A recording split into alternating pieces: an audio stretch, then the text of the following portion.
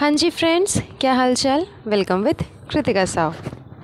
दुनिया में ना कुछ बेशर्म लोग ऐसे होते हैं जिनकी बेशर्मी कभी कम नहीं होती, और ना ही वो अपनी हरकतों से बाज आते हैं और ना ही अपनी आदतों से। वही काम बार बार रिपीटेडली करते रहते हैं जिनके लिए उन्हें मना किया जाता है। भरी सभा बोल लीजिए आप, भरी महफिल बोल लीजिए, या फिर भरी पब्लिक ऑडियंस, भरी हुई जनता के सामने जिस चीज़ को ले करके उनको इतना ज़्यादा बोला गया है, ट्रोल किया गया है, इतनी बड़े प्लेटफॉर्म पे जिस बात को बोला गया है, मना किया गया है जो चीज़ करने के लिए, वही चीज़ वो करेंगी एंड फिर से ट्रोलिंग का शिकार होंगी।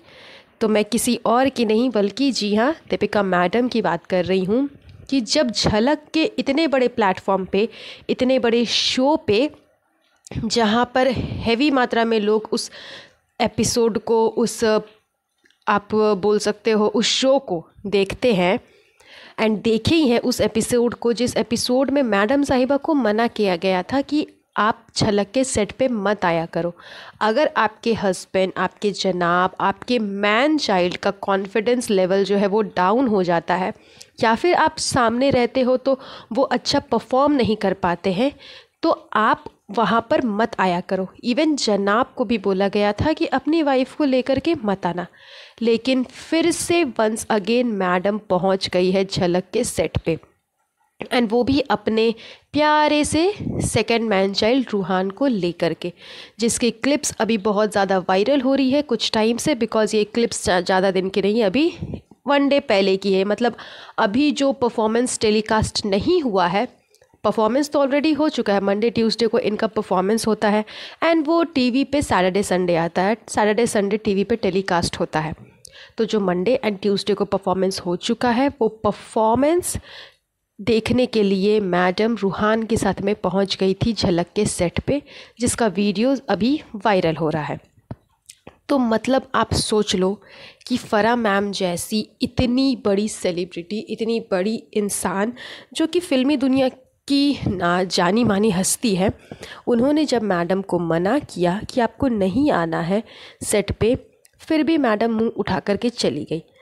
एंड हमेशा पर वीक कुछ न कुछ खाने को भेजना, ताकि जजेस को अपने कंट्रोल में किया जा सके। ये मैडम ने मान लो जैसे एक तरह से टारगेट बना लिया है। अभी मैडम ने अपना जो लास्ट व्लॉग डाला, इसमें मैडम बना रही है मटन पुलाव एंड ये भेजेगी वो जनाब के सेट पे। मतलब आप सोचो कि कुछ नहीं है दिखाने का, तो हर रोज़ एक नई रेसिपी बना करके एंड सेट पे भेज दो। मुझे तो समझ में नहीं आता कि झलक जैसा शो, जो इतना बड़ा शो है, इतने बड़े प्लेटफॉर्म पे टेलीकास्ट हो रहा है, क्या वहाँ खाने पीने को नहीं मिलता होगा।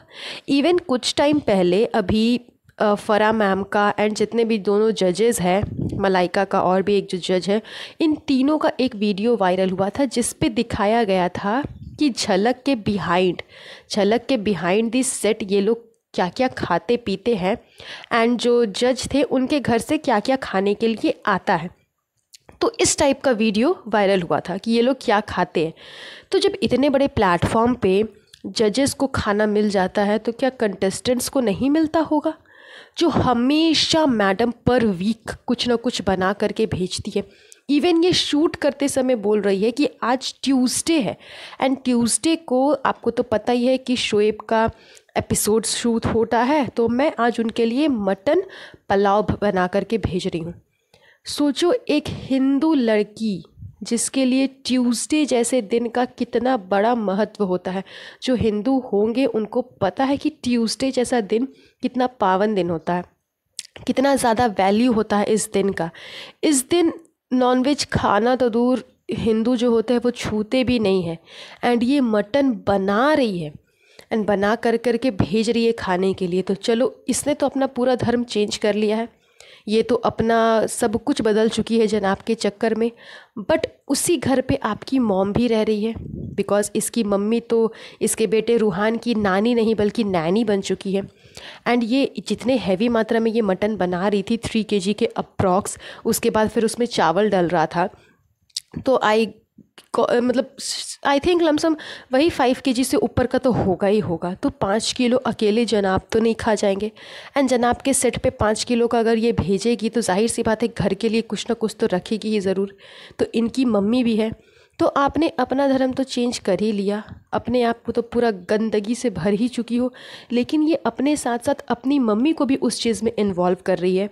इसकी मम्मी ने तो धर्म चेंज नहीं किया ना। अब ट्यूसडे वाले दिन ये उन्हें मटन बिरयानी बना करके खिलाएगी, सॉरी मटन पुलाव बना करके खिलाएगी, तो आप सोचिए कि उनका धर्म कहाँ जाएगा। एंड अगर वो नहीं खाती है तो फिर से ब्लैक पैचेस शुरू हो जाएंगे ना, क्योंकि इसके ब्लैक पैचेस तो इसके कन्वीनियंस के अकॉर्डिंग चेंज होते रहते हैं। अगर इसके माँ बाप ने इसकी बात मानी तो चलो ब्लैक पैचेस नहीं है, हमारा तो रिश्ता बहुत अच्छा है, बहुत अच्छा बॉन्ड है। एंड अगर माँ बाप ने इसकी बात नहीं मानी तो इसके तो चाइल्डहुड में ब्लैक पैचेस ही थे। ब्लैक पैचेस के सारे फेसेस इसने अपने चाइल्डहुड में देखे हैं, माँ बाप के साथ देखे हैं। ये सब नौटंकी स्टार्ट हो जाती है। तो आप लोग सोचो कि ये मैडम कैसी है, अपनी कन्वीनियंस के अकॉर्डिंग ये किस तरह से सिचुएशन को, इंसान को, अपने रिश्ते को बदलते रहती है। उसके अलावा एक और चीज़ मैंने नोटिस की कि जब जनाब लाइव आए थे उस टाइम पे जनाब ने 2-2, 3-3 फ़ोन से सबको ये सिखाया कि कैसे आपको वोट्स करना है। अब तक किसी को पता ही नहीं है कि वोट्स कैसे करना है, बताओ। मतलब यार क्या ये सोचते हैं लोगों को, मुझे तो ये समझ में नहीं आता। एंड जब इन्होंने मैडम साहिबा का फ़ोन मांगा तो इतने टाइम के बाद मैडम साहिबा ने अपना फ़ोन दिया, जैसे पता नहीं क्या छिपा रही थी अपने फ़ोन में, या क्या डिलीट कर रही थी अपने फ़ोन से, या फिर क्या हटा रही थी अपने फ़ोन से, कि जनाब का फेस ही बिल्कुल चेंज हो गया। जनाब के एक्सप्रेशंस ही एकदम चेंज हो गए जैसे ही उन्होंने मैडम से फ़ोन मांगा। एंड मैडम ने फ़ोन देने में थोड़ा सा डिले कर दिया, जनाब के एक्सप्रेशंस ही चेंज हो गए। अब पता नहीं मैडम के ऐसे कौन से राज थे उनके फ़ोन पे जो वो छिपा रही थी, या फिर ऐसा कुछ था कि जो वो जनाब को दिखाना नहीं चाहती थी, जिस वजह से मैडम ने इतना डिले कर दिया फ़ोन देने में। एंड ये सब होने के पहले, इन सब चीज़ों के होने से पहले मैडम जिस तरह से वहाँ पे दौड़ रही थी रिहर्सल्स रूम में, मतलब यार ये हर जगह को अपना घर बना लेती है।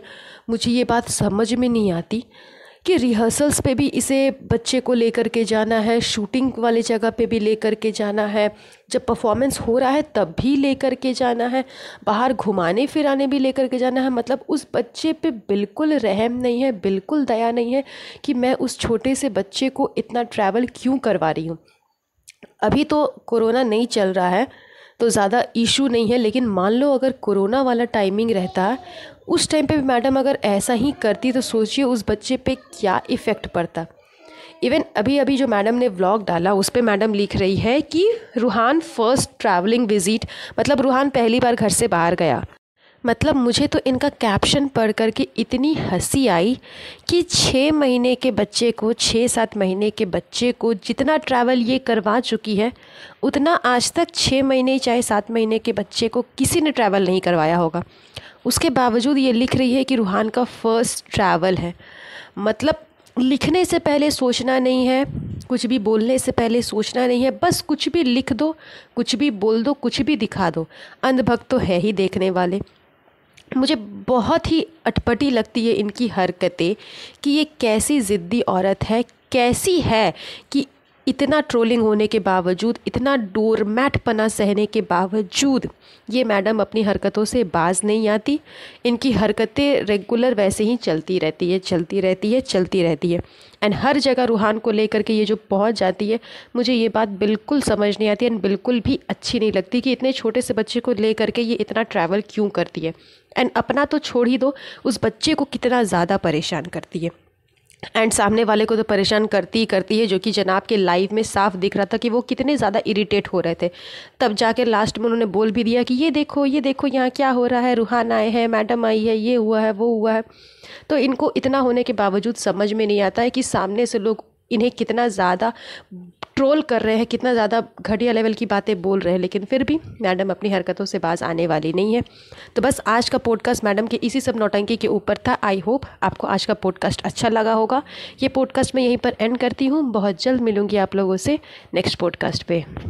वेल गाइस, आज के लिए बस इतना ही। अगर मेरा पॉडकास्ट आप लोगों को पसंद आया होगा तो प्लीज़ इसे लाइक एंड शेयर ज़रूर करिएगा एंड मेक श्योर कि चैनल को सब्सक्राइब करके बेल आइकन को प्रेस ज़रूर करिएगा। तब तक